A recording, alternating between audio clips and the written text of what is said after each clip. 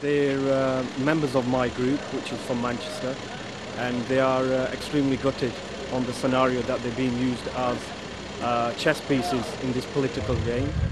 Efforts to get the 4 men back on the convoy had eventually failed. The Egyptian authorities haven't really given us any particular reason on why they have been sent home, just that they feel like it. As far as we know, they just feel like it. There's no reason. It's not that they're on any political blacklist or they've been up to any activities. Angry but determined not to allow the setback to divide them, the volunteer drivers decided to push forward, with only a few 100 kilometers left to the final crossing at Rafah. Gaza! Gaza!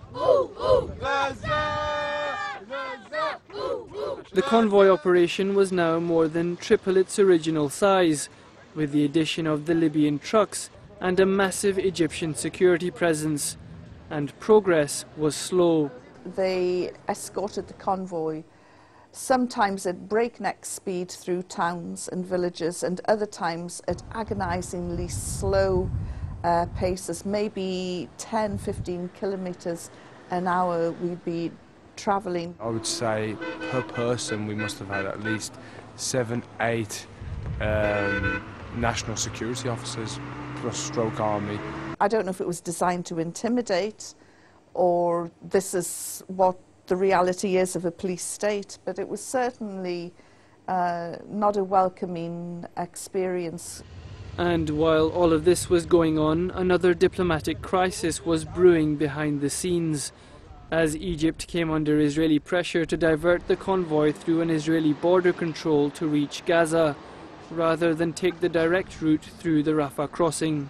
Egypt's peace agreement with Israel and its relationship to the United States means that its room for maneuver is heavily circumscribed. And somehow we had to steer our way through these two things. There was growing anxiety about the road ahead. Many organizations and governments had failed to get their aid to Gaza through Rafah in the past. The backlog of aid, much of which has now gone off and is spoiled, stretches all the way back to Al Arish and a mountain as big as Everest in the sports stadium there. So I've no doubt that Israel was pressuring Egypt, but so equally were their own people and the feelings of the great people of Egypt that this was an unseemly role for Egypt to play gatekeeper for the Israeli occupation.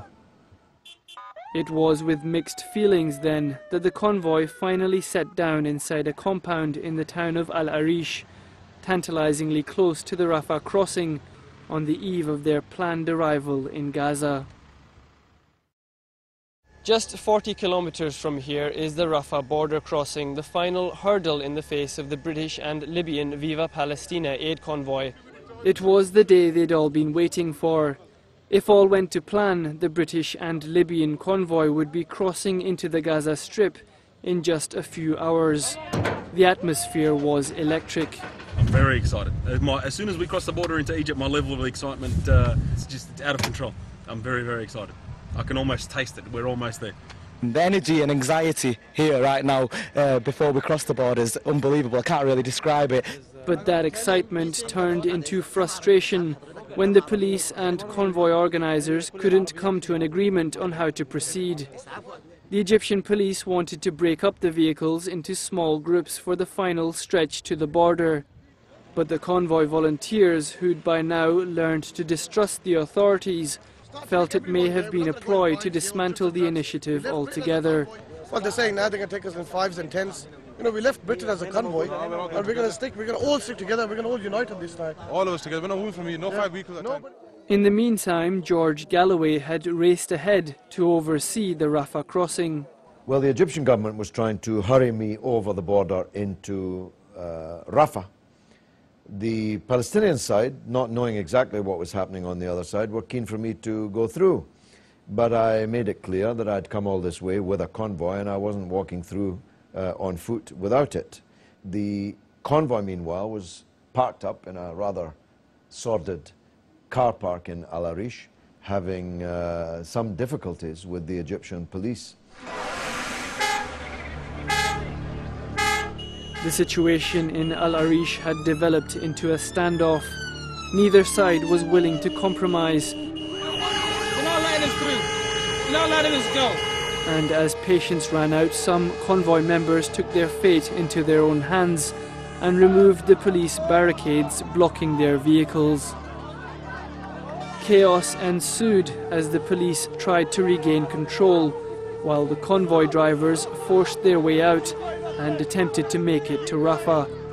Hundreds of riot police who'd been accompanying the convoy since it entered Egypt were sent in, and the bid for freedom turned into a bloody street battle.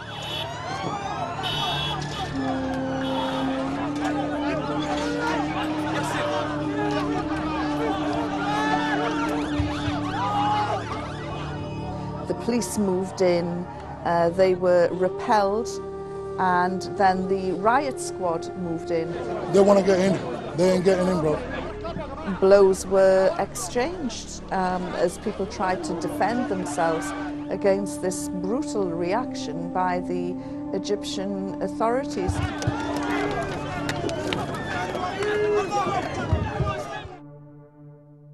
Meanwhile, Press TV had been trying to transmit the images, but found its outside broadcast vehicle, which was embedded with the convoy, had been sabotaged so that it could no longer send out footage. And the vehicles that had managed to escape during the clashes didn't get very far. The Egyptian police held them at roadblocks not far from the compound, and some drivers say they were beaten and had their keys snatched. We got the key. Look, sit down, sit down. Alhamdulillah, we got the keys back. We got the camera back. Now everybody go to their vehicles. Get into your vehicles. As convoy leaders tried to bring order to anarchy, the police moved more large barricades into place and again blocked the vehicles in the compound. It's just a typical Sunday morning, birds flying, sun up high, all enjoying ourselves. You know, we got our deck chairs out, you know, a few drinks, and yeah, it's been fine. Nothing much other than that. Just go through YouTube in a couple of days, and I'm sure you'll see exactly what happened there. Tensions had eventually calmed, and there was even a chance for football, although the offer of a match in which Viva Palestina took on the Egyptian police was declined by the authorities. The Egyptians had unwittingly strengthened the resolve of the convoy. They managed to unite the whole convoy, and the team spirit that we had so desperately sought during each leg of the convoy suddenly emerged in Al Arish, and everybody became as one. But it was when darkness fell that evening that things started to get really disturbing.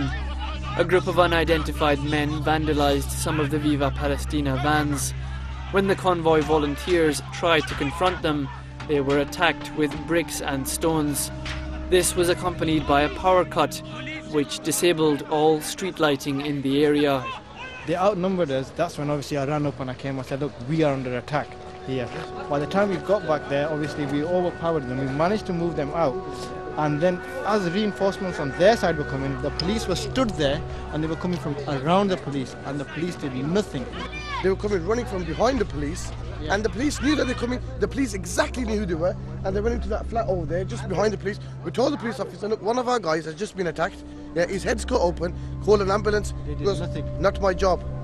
The attacks resulted in a number of convoy members being hospitalized.